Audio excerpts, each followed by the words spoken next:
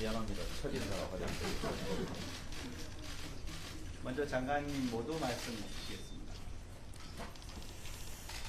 예, 남북 간의 갈등을 풀어보라는 이재명 대통령님의 명을 받고 통일부로 왔습니다. 20년 만에 남북회담 사무국에 오니까 감개가 새롭습니다. 요즘 그 산골에는 칡렁쿨이 아주 성합니다. 칡렁쿨은 시계 반대 방향으로 감습니다. 그런데 등나무는 시계 방향으로 감아요. 그래서 등나무와 칡나무가 만나면 죽습니다. 그걸 갈등이라고 합니다. 갈등을 풀어야 적대와 대결을 넘어설 수 있고 다시 화해와 협력의 시대로 재진입할 수 있습니다.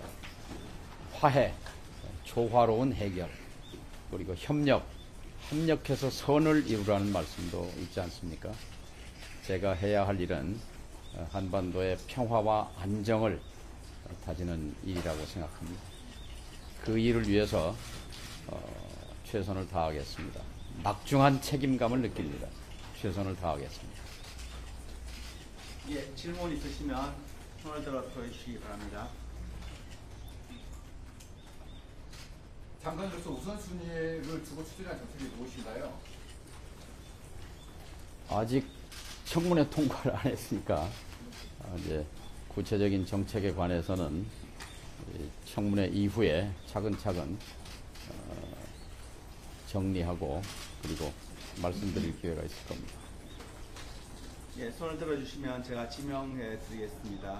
네, 제일 뒷줄에 우리 김소정 기자님. 기업의 김소정입니다. 그 남북 대화를 급히 추진하는 게 맞다고 생각하시는지 한 정세를 감안을 했을 때 그 남북 대화 추진 시기가 언제가 적절하다고 보시는 수가 있습니다. 우선은 지난 3년 동안 꽉 막혔던 막혔을 뿐만 아니라 일촉즉발의 위기로까지 치달았던 그런 적대와 대결 상황을 완화하는 것부터 시작해야 한다고 생각합니다. 그런 점에서 이재명 대통령 취임 후 전단살포 중지 그리고 대북 확성기 방송 중단 그리고 북쪽에 이에 대한 호응을 통해서 접경지역 우리 국민들이 발 뻗고 편안하게 주무실 수 있게 된 것 그것이 새 정부 들어서 달라진 세상입니다. 이제 그 다음 이어서 남북 간에 지금 6년 동안 완전히 단절되었습니다. 그래서 연락 채널을 복원하는 것이 그 다음 순서가 아닐까 이렇게 생각합니다. 그래서 우발적인 충돌을 막고 그리고 남북 간의 그 채널을 복원하는 것 이것이 우선 급선무가 아닐까 생각합니다. 예, 다음 질문 받겠습니다. 예. NHK입니다. 지금 어쨌든 납북자 생사 확인 수감 관련해서 지금 어떤 방향으로 문제를 해결하실지 궁금하고 또 일본 정부와도 협력하실 계획을 구상하고 계신지 궁금합니다.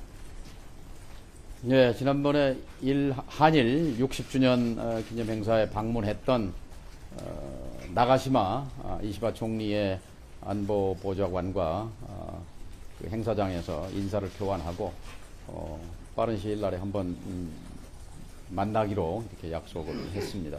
일본의 역할이 굉장히 중요합니다. 일본도 북일 관계 개선에 물밑 대화를 진행하는 것으로 알고 있습니다. 한국과 일본 간에는 대북 문제를 포함해서 협력해야 할 분야와 의제들이 굉장히 다양하기 때문에 협력을 더욱 강화해 가야 된다고 생각합니다. 이시바 총리와 셔틀 외교를 재개하기로 한 이재명 대통령의 그런 결정, 좋은 결정이라고 생각합니다.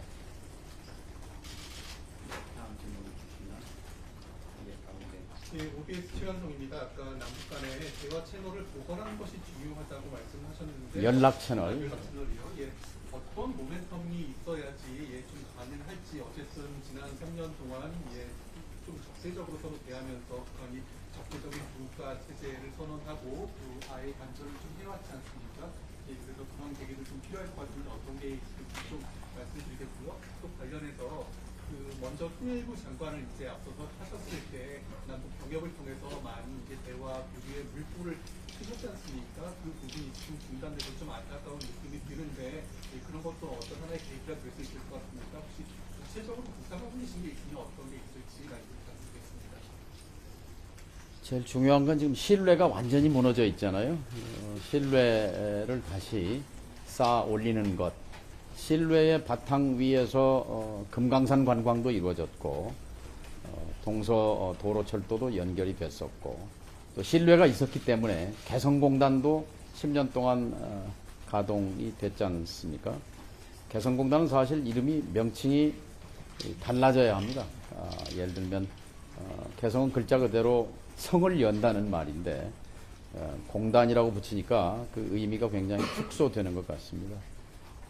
개성평화도시든지 개성평화지구든지 좀 달리 불러야 하지 않냐 생각하는데 그런 것들이 다 남북 간에 쌓여진 신뢰 바탕 위에 이루어진 것이거든요. 신뢰는 일단 소통에서부터 시작됩니다. 6년 동안 문재인 정부 3년, 윤석열 정부 출범 이후 3년, 6년간 완전한 단절 상태. 이것은 비정상입니다. 그래서 이 단절된 소통 부재 상황을 해소하는 것. 이것이 첫 번째 과제가 아닐까 싶습니다. 네, 다음 질문 듣겠습니다. 예경 부회장님. 네, 안녕하십니까. 매일경제신문 김성훈입니다. 후보자님 방금 오실 때 여기가 이제 남북회담본부에 오랜만에 오셨다고 했는데 지금 여기 보시다시피 남북관계관리단이라는 명칭으로 바뀌었고 말씀하셨던 화해협력이라든가 대화 채널 복원을 위한 통일 부분의 조직이나 그런 역량이 많이 지금 통제학대로 축소된 상태이고요.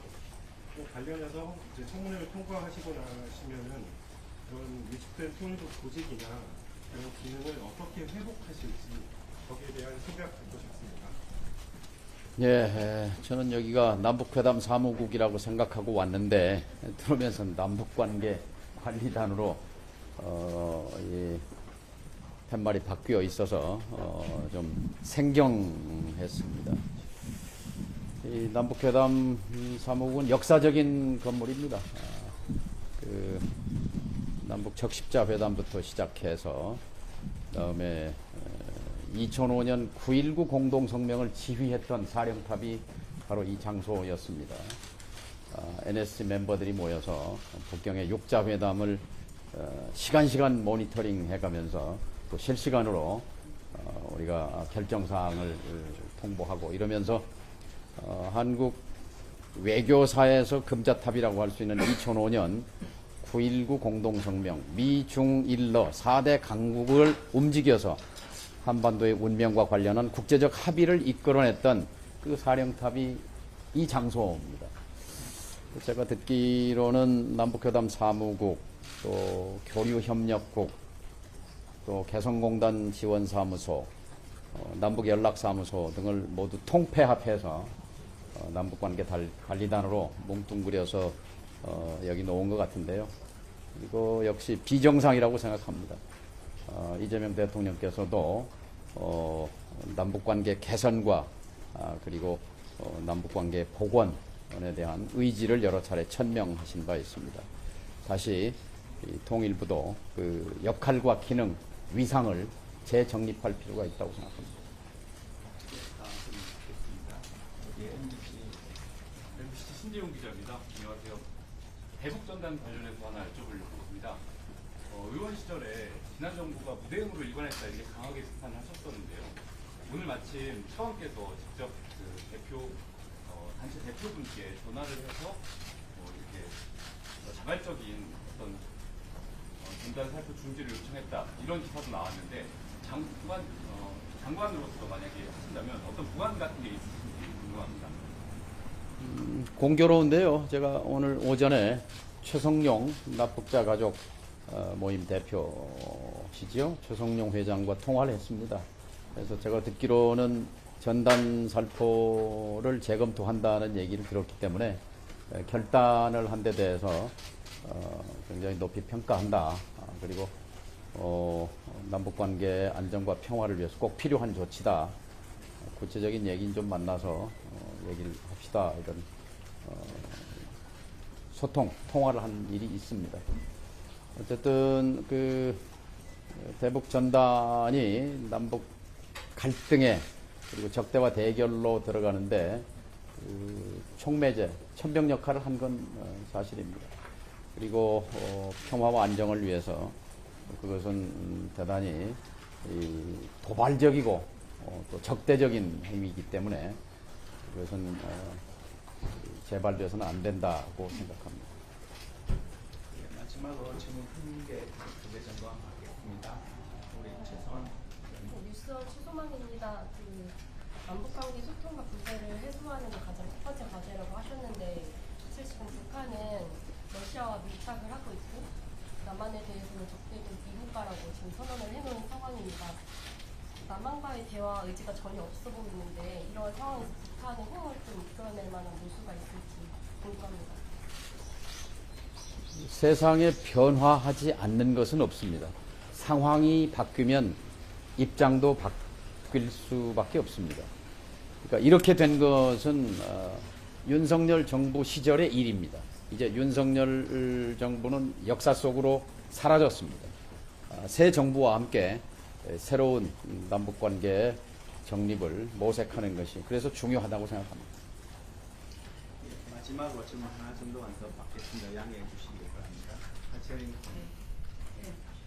한두 분 더 받으세요. 후보 지명 축하드립니다. 연합뉴스 하채린입니다. 최근에 국정기획위원회에서 통일부 보고를 받은 당시에 부처 명칭 변경 논의가 이루어졌다는 거 이제 여러 전문가들이 얘기했는데요. 제가 전에 듣기로는 우리 정동영 후보자께서도 지금의 통일부 명칭보다는 북한과 대화할 수 있다는 새로운 명칭이 어떻게 하는가 하는 의견을 갖고 계시다. 긍정적으로 받아들이고 있다고 말씀하셨다고 들었어요. 통일부 직원들도 그렇게 많은 분들이 알고 있습니다. 그래서 통일부 명칭에 대해서 변경 검토가 필요하다고 생각하시나요? 필요하다고 생각합니다. 왜냐하면 1969년 독일의 브란트 정권이 들어섰을 때 먼저 한 조치가 할슈타인 원칙의 폐기입니다. 적의 친구는 적이라고 하는 동독과 외교 관계를 맺은 나라와는 수교하지 않는다는 원칙을 폐기했고, 그리고 동독을 괴뢰로 규정했던 것으로부터 동독의 국가성을 인정하면서 당시에 전 독일부로 되어 있던 동서독 관계 관련 부서의 명칭을 내독부로 바꿉니다. 전독부는 우리말로 하면은 통일부가 됩니다. 그리고 내독부는 동서독 관계부가 되겠죠. 지금 우리 입장에서도 한반도의 평화가 곧 통일입니다. 통일은 마차에 해당이 되는 것이고 평화는 말입니다. 마차가 앞에 가서는 말을 끌 수가 없습니다. 말이 앞에 가야 마차를 끌어갈 수 있다고 생각합니다. 일단 평화를 정착하는 것, 그것이 5천만 국민의 지상 명령이고 또 한반도에 살고 있는 모든 구성원, 우리 민족의 지상 과제가 현재로서는 평화 체제라고 생각합니다. 평화와 안정을 구축한 바탕 위에서 통일도 모색할 수 있다고 생각하기 때문에 저는 통일부의 명칭 변경도 적극적으로 검토할 필요가 있다 이렇게 생각합니다. 예, 그럼 이렇게 더 받겠습니다. 김정민 안녕하십니까. 미국 NK뉴스의 김정민입니다. 국제정세가 남북관계에 영향을 많이 미치는데 국제정세가 굉장히 어려울 때 지명을 받으셔서 마음이 좀 무거우실 것 같습니다. 지금 이란 핵시설과 지도부타격 북한이 굉장히 주의 깊게 보고 있을 것 같은데요. 그 핵협상하는 과정에서 북한이 나중에라도 이런 사격 대상이 되지는 않을까 이런 우려가 있을 수 있을 것 같은데 이런 거에 대해서 좀 확신을 줄 수 있는 한국이 북한에게 그런 일이 일어나지 않을 거라 확신을 줄 수 있는 그런 관색이 되고 있습니다. 네, 불행 중 다행으로 호르무즈 해협 봉쇄까지는 일어나지 않고 이란 이스라엘 전쟁 휴전을 트럼프 대통령이 이끌어낸 것, 선언한 것 다행이라고 생각합니다. 부서진 건물, 눈물 흘리는 가족들, 그리고 폐허가 된 그 잔해 더미를 텔레비전 뉴스를 보면서 참 전쟁이라는 것, 그 피해 당사자들에게는 그것이 얼마나 참혹한 것입니까? 우리는 상상하기도 싫은 상황입니다. 그런데 이 한반도에서 바로 75년 전에 참혹한 전쟁이 있었습니다. 한반도에서 영원히 이 전쟁의 가능성을 추방하는 것, 그것이 우리가 해야 할 노력이라고 생각합니다. 북한 핵 문제 역시 평화적인 방법으로 외교적인 수단을 동원해서 대화를 통해서 저는 해결해야 할 과제라고 생각합니다.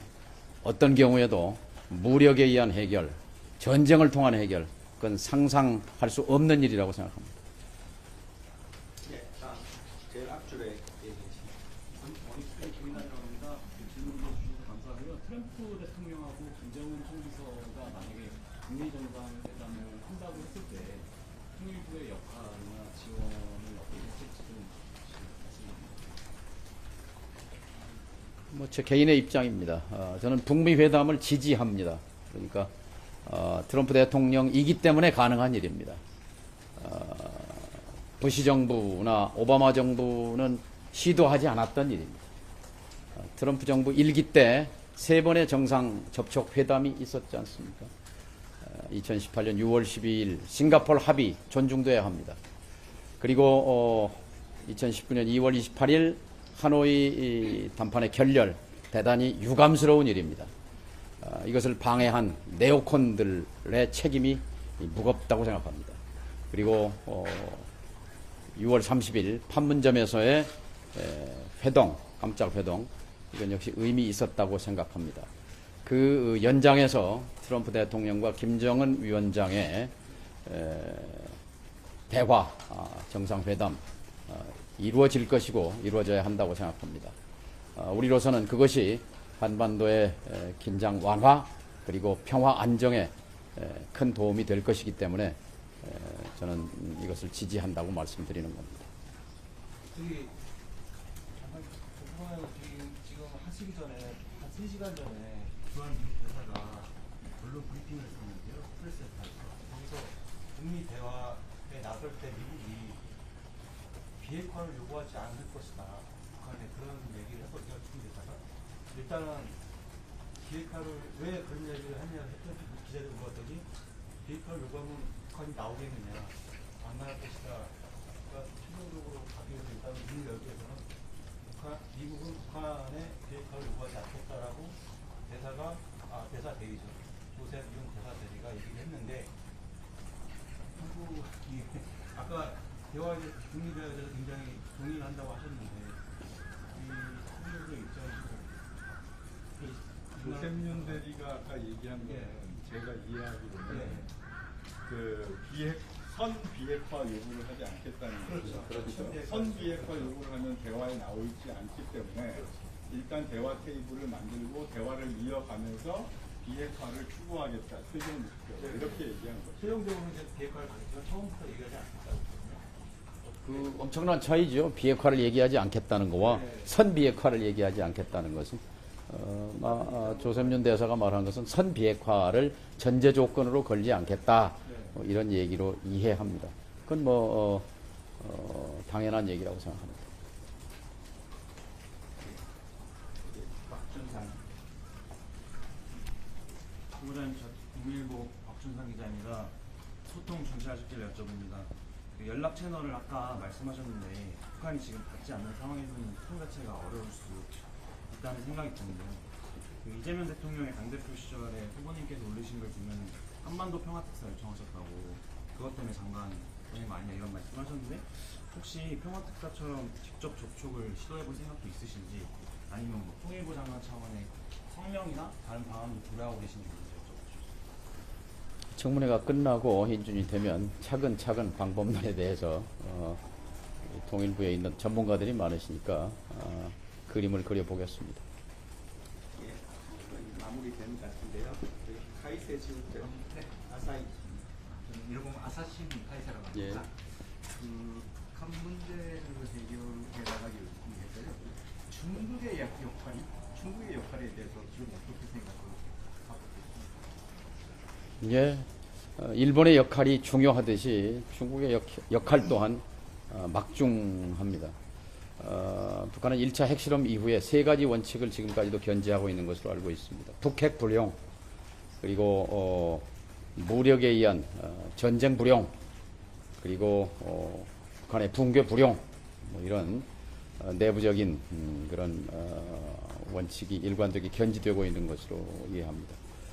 북핵 문제 해결과 관련해서 6자회담 당시에 중국은 의장국으로서 중재 역할을 굉장히 집중적으로 성공적으로 했고, 그 결과물이 2005년 9.19 공동성명으로도 만들어졌는데요. 앞으로도 중국의 건설력 역할이 크게 기대가 됩니다. 예, 그럼 이제 마무리해도 될 것 같은데요. 마지막 질문 하나만 더 받을까요? 괜찮으시면 질문 안 나올 때까지 하죠.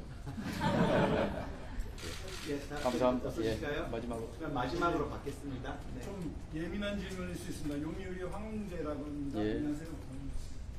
그 우크라이나에서 포로로 잡혀 있는 북한 병사들이 있습니다. 지난 정부에서는 한국으로 데려오려고 노력하는 것도 하고 있다 이렇게 들었는데 죄송하지만 그 부분에 대해서는 어떻게 생각하십니까?